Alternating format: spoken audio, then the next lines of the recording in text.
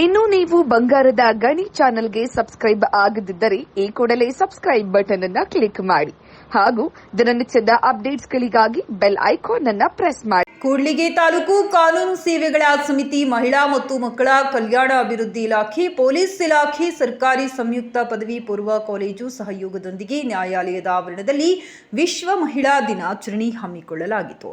ಕಿರಿಯ ಶ್ರೇಣಿ ನ್ಯಾಯಾಧೀಶರಾದ ಶ್ರೀಮತಿ ಸಿ ಮಹಾಲಕ್ಷ್ಮಿಯವರು ಕಾರ್ಯಕ್ರಮವನ್ನು ಉದ್ಘಾಟಿಸಿ ಮಾತನಾಡಿದರು.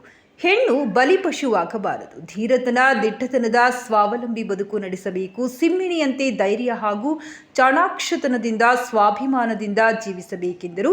ಅದಕ್ಕಾಗಿ ಮಹಿಳೆಯರು ಮೊದಲು ಶೈಕ್ಷಣಿಕವಾಗಿ, ಆರ್ಥಿಕವಾಗಿ ಅಭಿವೃದ್ಧಿ ಹೊಂದಬೇಕು.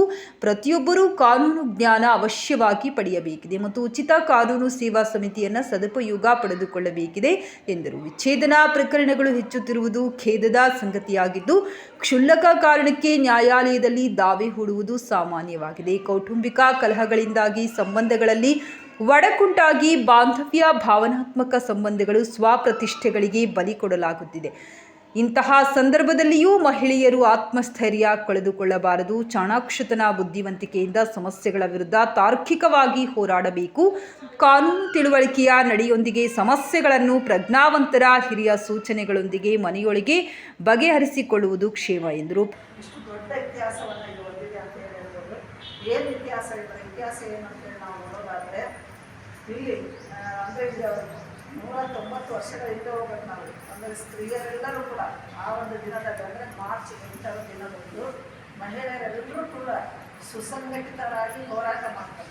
ಹೋರಾಟ ಮಾಡಿ ಆ ಹೋರಾಟದಲ್ಲಿ ಅವ್ರ ಮೇಲೆ ಇರ್ತಕ್ಕಂಥ ದೌರ್ಜನ್ಯಗಳು, ಸಮಸ್ಯೆಗಳು, ಕಿರುಕುಳಗಳು ಇವೆಲ್ಲವನ್ನು ಕಿತ್ತೆಸೆಬಿಟ್ಟು ಅದರ ವಿರುದ್ಧ ಹೋರಾಟ ಮಾಡ್ತಾರೆ. ಹೋರಾಟ ಮಾಡಿ ಜಯಶೀಲರಾಗ್ತಾರೆ.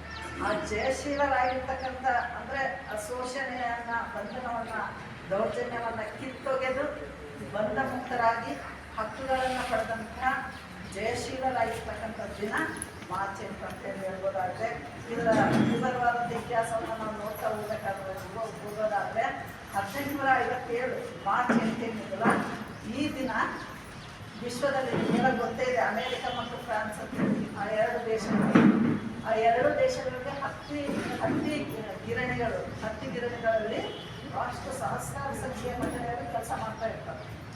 ಆ ಮಹಿಳೆಯರು ಯಾವ ರೀತಿ ಆ ಮಹಿಳೆಯರು ಕೆಲಸ ಮಾಡ್ತಕ್ಕಂಥ ಮಹಿಳೆಯರ ಪರಿಸ್ಥಿತಿ ಹೆಂಗಿತ್ತು ಅಂತ ಹೇಳಿದ್ರೆ, ದಿನದಲ್ಲಿ 16 ಗಂಟೆಗಳ ಕಾಲ ಅವರು ಸತತವಾಗಿ ಬಿಡುವಿಲ್ಲದೆ ಕೆಲಸ ಮಾಡುತ್ತಾರೆ.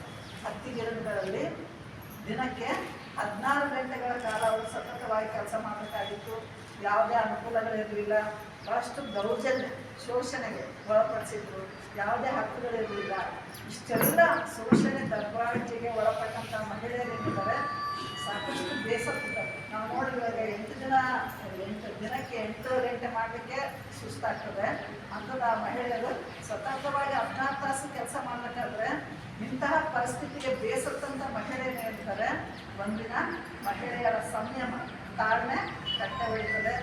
ಎಲ್ಲರೂ ಕೂಡ ಆ ವ್ಯವಸ್ಥೆಯ ವಿರುದ್ಧ ಏನು ಅವರಿಗೆ ಇಂಥ ಶೋಷಣೆ, ದೌರ್ಜನ್ಯ ಮಾಡ್ತಾ ಇರ್ತಾರಲ್ಲ ಅವ್ರ ವಿರುದ್ಧ ಒಂದಿನ ತಿರುಗಿಬಿಡ್ತಾರೆ. ಆ ಒಂದಿನ ಅಂದರೆ ಇವತ್ತಿನ ದಿನ ಮಾರ್ಚ್ 8, 1857 ಅವತ್ತಿನ ದಿನ ತಿರುಗಿಬಿಡ್ತಾರೆ. ಎಲ್ಲರೂ ಕೂಡ ಒಟ್ಟಾಗಿ ಮಹಿಳೆಯರು ಮಾತಾಡ್ಕೊಳ್ತಾರೆ, ಇಲ್ಲ ನಾವು ತಡ್ಕೊಳ್ಳೋಂಗಿಲ್ಲ, ಸಾಕು, ಇಷ್ಟೆಲ್ಲ ತಾಳ್ಮೆ ವಹಿಸಿದ್ದೀವಿ, ಈ ತಾಳ್ಮೆಯಿಂದ ಇರೋದ್ರಿಂದ ಏನು ಪ್ರಯೋಜನ ಇಲ್ಲ ಅಂತೇಳಿ ಅವರ ತಾಳ್ಮೆ ಕಟ್ಟೆ ಹೊಡೆದ್ಬಿಟ್ಟು ಅವರೆಲ್ಲರೂ ಸೇರಿಕೊಂಡು ನ್ಯೂಯಾರ್ಕ್ ಅಂತಕ್ಕಂಥ ನಗರದಲ್ಲಿ ಎಲ್ಲರೂ ದೊಡ್ಡ ಸಂಖ್ಯೆಯ ಮಹಿಳೆಯರೆಲ್ಲರೂ ಕೂಡ ಸಮಾವೇಶ ಒಟ್ಟಾಗಿ ಸೇರ್ತಾರೆ.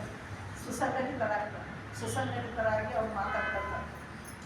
ಈ ನಮ್ಮ ಮೇಲೆ ಮಾಡ್ತಕ್ಕಂಥ ಈ ದೌರ್ಜನ್ಯ ಏನಿದೆ, ದಬ್ಬಾಳಿಕೆ ಏನಿದೆ, ಶೋಷಣೆ ಏನಿದೆ, ಇದರ ವಿರುದ್ಧ ನಾವೆಲ್ಲ ಹೋರಾಟ ಮಾಡ್ಬೇಕಂತೇಳಿ ಮಾಡು ಇಲ್ಲವೇ ಮಡಿ ಅಂತಕ್ಕಂಥ ನಿರ್ಧಾರವನ್ನು ಎಲ್ಲರೂ ತೆಗೆದುಕೊಳ್ತಾರೆ.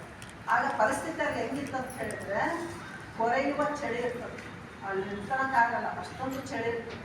ಅಂತಹ ಚಳಿಯ ವಾತಾವರಣದಲ್ಲಿ, ಕೊರಿತಕ್ಕಂಥ ಚಳಿಯ ವಾತಾವರಣದಲ್ಲಿ ಸಣ್ಣ ಸಣ್ಣ ಮಕ್ಕಳು ಇರ್ತಾರೆ. ಅವ್ರ ಮಹಿಳೆಯರು ಆ ಮಕ್ಕಳನ್ನು ಬೆನ್ನಿಗೆ ಕಟ್ಕೊಂಡು ಸುಮಾರು 20,000ದಿಂದ 30,000 ಸ್ತ್ರೀಯರು, ಅಂದರೆ 20,000ದಿಂದ 30,000 ತನಕ ಮಹಿಳೆಯರೆಲ್ಲರೂ ಕೂಡ ಸೇರ್ಕೊಂಡು ಅವರೆಲ್ಲರೂ ಕೂಡ ಸರ್ಕಾರದ ವಿರುದ್ಧ ಹೋರಾಟ ಮಾಡ್ತಾರೆ. ಅವ್ರ ಹೋರಾಟ ಹೆಂಗಿರ್ತದೆ ಅಂತ ಹೇಳಿದ್ರೆ, ನಾರಿ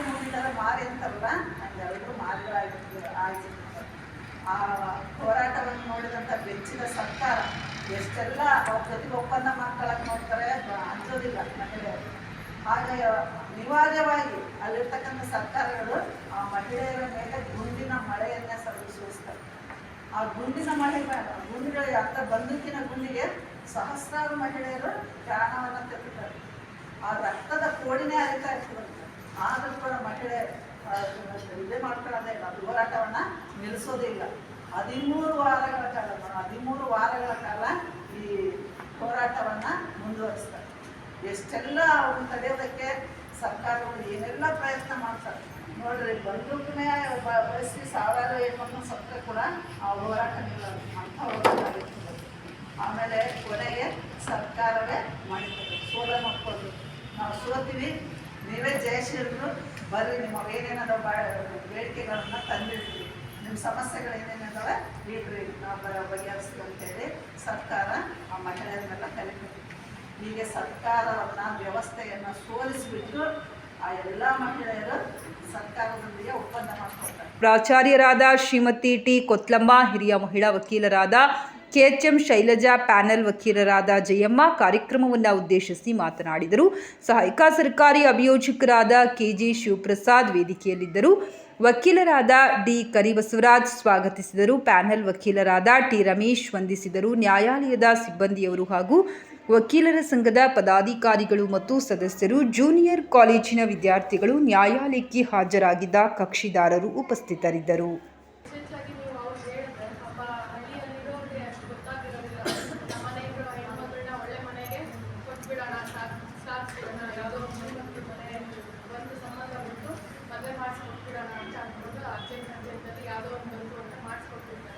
ಆದರೆ ಅದರಿಂದ ಮುಂದೆ ಏನಾದರೂ ಒಳ್ಳೇದಾದರೆ ಒಳ್ಳೇದು, ಅನಾನುಕೂಲತೆ ಆದರೆ ಅವ್ರಿಗೆ ಸಮಸ್ಯೆ ಆಗುತ್ತೆ.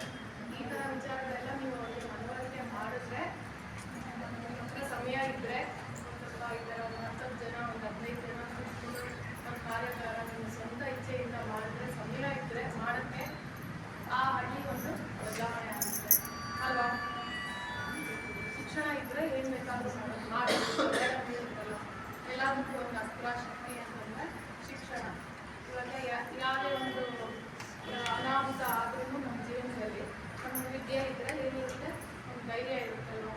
ಏನೋ ಗಂಡ ಚೆನ್ನಾಗಿ ನೋಡ್ಕೊಂಡಿಲ್ಲ ಅಂದರೆ ಇಲ್ಲಿ ಬಿಡಪ್ಪ ನಾನು ಬಿಟ್ಟು ಮಾಡ್ತೀನಿ ಅಂತ ಅನ್ನೋದು ಧೈರ್ಯ ಇರುತ್ತೆ, ಭಯ ಇರೋದಿಲ್ಲ. ಅದೇ ರೀತಿ ಒಂದು ಮಾನಸಿಕ ಧೈರ್ಯ ಇದ್ದರೆ ಏನು ಬೇಕಾದ್ರೂ ಸಾಧಿಸ್ಬೋದು ಅಲ್ವಾ? ನಮ್ಮ ಓದಿದ್ರೆ ವಿದ್ಯಾಭ್ಯಾಸ ತಗೊಂಡ್ರೆ ಆ ಮಾನಸಿಕ ಧೈರ್ಯ ಬರುತ್ತೆ. ಜೀವನದಲ್ಲಿ ಏನೇ ಆದ್ರೂ ಸ್ವಲ್ಪ ನಾವು ಎದುರಿಸುವಂಥ ಒಂದು ಶಕ್ತಿ ಬರುತ್ತಲ್ವ, ಶಕ್ತಿ ಸ್ವರೂಪಿಣಿ ಆಗಿದ್ದೀವಿ ನಾವು. ಇವಾಗ ಎಲ್ಲಾದರೂ ದೇವಸ್ಥಾನದಲ್ಲಿ ನಾವು ಹೋದರೆ ಕೋಳಿನ ಕಟ್ ಮಾಡೋದು ನೋಡಿದ್ದೀವಿ, ಕುರಿನ ಕಟ್ ಮಾಡೋದು ನೋಡಿದ್ದೀವಿ, ಸಿಂಹ ಹುಲಿ ಕಟ್ ಮಾಡೋದು ನೋಡಿದ್ದೀವಿ. ಆ ಥರ ನಾವು ಸಿಂಹ ಹುಲಿ ಆದರೆ ನಮಗೆ ಯಾವುದೇ ತೊಂದರೆ ಆಗೋದಿಲ್ಲ ಅಲ್ವಾ? ಅದೆಲ್ಲ ವಿದ್ಯೆಯಿಂದ ಬರುತ್ತೆ ಮತ್ತು ನಮ್ಮ ಮಾನಸಿಕ ಧೈರ್ಯದಿಂದ ಬರುತ್ತೆ. ಮೊದಲನೇದು ಎಲ್ಲಕ್ಕೂ ಮಾನಸಿಕ ಧೈರ್ಯ ಬರಬೇಕಂದ್ರೆ ನಾನೇ ಬೆಸ್ಟ್ ಅಂತ ನಾನು ಅನ್ಕೊಳ್ಬೇಕು. ಅಯ್ಯೋ ನನಗೆ ಈ ಥರ ಯಾರು ಸಪೋರ್ಟ್ ಇಲ್ಲವೆ, ನನಗೆ ದುಡ್ಡಿಲ್ಲವೆ, ಇನ್ನೊಂದಿಗೆ ನನಗೆ ತಿಳುವಳಿಕೆ ಇಲ್ಲವೆ ಅಂತ ಅಂದ್ಕೊಂಡು ನಾವೇ ಕೆಳಗಡೆ ಹೋಗ್ಬಿಟ್ರೆ ಇನ್ನು ನಮ್ಮ ಎದುರುಗಡೆ ಇರೋರು ನಮ್ಮನ್ನ ಹೋಗ್ಬಿಡ್ತಾರೆ. ಯಾವುದೋ ಒಂದು ಕೇಸ್ ಹಾಗೆ ಅವ್ರನ್ನ ತೀರೋಗುತ್ತೆ. ATM ಕಾರ್ಡಲ್ಲಿ ದುಡ್ಡು ಹಾಕಿದಾರಂತೆ, ATM ಕಾರ್ಡ್ ಮಾಡಿಸ್ಕೊಟ್ಟಿದ್ದಾರಂತೆ, ಅವರೇ ಎದುರುಗಡೆ ಇರೋರು ಕೆಲಸ ಕೊಡಿಸ್ಕೊಡ್ತೀನಿ ಅಂತಂತೆ ATM ಕಾರ್ಡೇ ಕೊಟ್ಬಿಟ್ಟಿದ್ದಾರೆ. ಇವರು ಕಾರ್ಡಲ್ಲಿ ಬಂದಿದ್ದು ದುಡ್ಡೆಲ್ಲ ಅಷ್ಟು ದಡ್ಡ ಆಗಿರ್ಬೋದ. ನಾವು ಯೋಚನೆ ಮಾಡಬೇಕಲ್ಲ, ಯಾರೇ ಬಂದು ನಮ್ಮ ಹತ್ರ ಏನೇ ಮಾತಾಡಿದ್ರು ಅದರಲ್ಲಿ ಒಂದು ಹಿಂದೆ ಒಂದು ಪ್ಲ್ಯಾನ್ ಇರುತ್ತಲ್ವ. ಇವ್ರು ಯಾಕೆ ಹೇಳ್ತಿದ್ದಾರೆ, ಇಲ್ಲ ನಾನು ಕೊಡಿ ನಮ್ಮದು ATM ಕಾರ್ಡ್ ಅಂತ ಇವರು ಯೋಚನೆ ಮಾಡ್ತಾರೆ. ಹಿಂದಿನ ಕಾಲದಲ್ಲಿ ಆ ಥರ ಏನಿದ್ದಾರೆ, ಏನೋ ತಲೆನೋವು ಬರ್ತಿತ್ತಂತೆ, ಯಾರು ಮಂತ್ರ ಹೇಳ್ತಾರೆ ಅವರೇನೋ ಮಾತ್ರೆ ಕೊಟ್ಬಿಡ್ತಾರಂತೆ, ವಿಡಿಯೋ ಕಾಲ್ ಮಾಡುವಂತಾರಂತೆ, ವಿಡಿಯೋ ಕಾಲ್ ಮಾಡಿರ್ತಾರೆ. ಅವ್ರು ಅದನ್ನೆಲ್ಲ ರೆಕಾರ್ಡ್ ಮಾಡ್ಕೊಂಡು ಆ ಥರ ಗಡ್ರು ಅಂದರೆ ಒಂದೊಂದು ಕಡೆ ರಾಮನ ಮಠದಲ್ಲಿ ಇದ್ದಾರೆ ಅಂತ ಅನ್ಸುತ್ತೆ.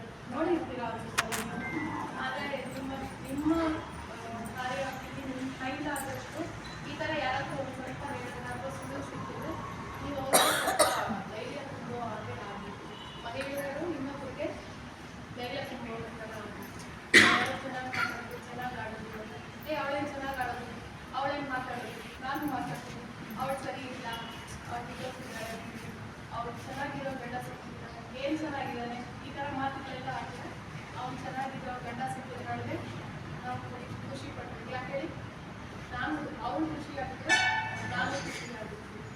ಅವ್ರ ನೋವಲ್ಲಿದ್ದು ಬೇರೆಯವ್ರ ನೋವಲ್ಲಿದ್ದು ನಾನು ಖುಷಿ ಪಡುವಂಥದ್ದು ಏನೂ ಇಲ್ಲ ಅಲ್ವಾ? ಯಾಕಂದರೆ ನಾನು ಒಂದು ಆತ್ಮ, ಎದುರುಗಡೆ ಇರೋದು ಒಂದು ಆತ್ಮ. ದೇಹ ಬಿಟ್ಟೋದ್ಮೇಲೆ ನಾನು ಜಡ್ಜಾಗಿರೋದಿಲ್ಲ, ನಾನು ಬಾಡಿ ಆಗಿರ್ತೀನಿ ಅಲ್ವಾ? ಬಾಡಿ ಏನು ಮಾಡ್ತಾರೆ, ಆದರೆ ನಾನು ಆತ್ಮ ಆಗಿರ್ತೀನಿ. ನೀವೆಲ್ಲರೂ ಆತ್ಮ. ನನ್ನ ಎದುರುಗಡೆ ಇರೋದು ಖುಷಿಯಾಗಿದ್ದರೆ ನಾನು ಖುಷಿ ಪಡಬೇಕು. ಅವ್ರ ದುಃಖ ಆದರೆ ಅದನ್ನ ನೋಡಿ ನವೆಯೋಂಗೆ ನಾನು ಇರಬಾರ್ದು. ಯಾರ ಕಷ್ಟದಲ್ಲಿ ಇದ್ದರೆ ಸ್ಪಂದಿಸಬೇಕು. ಹೆಣ್ಮಕ್ಳು ಇನ್ನೊಂದು ಹೆಣ್ಮಕ್ಳಿಗೆ ಸ್ಪಂದಿಸಬೇಕು. ಏನಾದರೂ ಕಷ್ಟ ಇದ್ದರೆ ಅವ್ರಿಗೆ ಏನು ಪರಿಹಾರ ಆಗುತ್ತೋ ಅದು ಕೊಡಬೇಕು. ನಿಮ್ಮೆಲ್ಲರಿಗೂ ಗೊತ್ತಿದೆ, ನಮ್ಮ ಮಾನಸಿಕ ಧೈರ್ಯ ನಮ್ಮ ಆರೋಗ್ಯ, ನಮ್ಮ ದೇಹದ ಮೇಲೆ ಪರಿಣಾಮ ಬೀರುತ್ತೆ. ಮತ್ತು ನಮ್ಮ ದೇಹದ ಪರಿಣಾಮ ನಮ್ಮ ದೇಹದ ನಮ್ಮ ಮಾನಸಿಕ ಆರೋಗ್ಯದ ಮೇಲೆ ಪರಿಣಾಮ ಬೀರುತ್ತೆ ಅಂತ ಎಲ್ರಿಗೂ ಗೊತ್ತಿದೆ ಅಲ್ಲ. ಇವಾಗ ಒಂದೊಂದ್ಸಲ ನೋಡಿ ದುಃಖ ಇದ್ದವ್ರಿಗೆ ಇಲ್ಲೆಲ್ಲ ಕಣ್ಣಿಗೆಲ್ಲ ಡಾರ್ಕ್ಸ್ ಆಗ್ತದೆ, ಕೂದಲೆಲ್ಲ ಚಿಂತೆ ಮಾಡಿ ಉದ್ರೋಗ್ಬಿಡುತ್ತೆ. ಅದೇ ಮದುವೆ ಸೆಟ್ ಆಯಿತು ಅಂತಂದರೆ ಖುಷಿಗೆ ಸ್ವಲ್ಪ ದೇಹ ಎಲ್ಲ ಸ್ವಲ್ಪ ಬಂದ್ಬಿಡುತ್ತೆ. ಆದರೆ ನಾವು ಹೆಣ್ಮಕ್ಳು ಹೆಂಗೆ ಅಂದರೆ ಎಷ್ಟು ನಮಗೆ ಅಡ್ಜಸ್ಟ್ ಆಗ್ಬಿಟ್ಟಿದೆ ಅಂದರೆ ದುಃಖ ಇರೋದ್ರಿಂದ ನಾವು ಅಟ್ರಾಕ್ಟ್ ಮಾಡ್ಕೊಂತೀವಿ ಜಾಸ್ತಿ.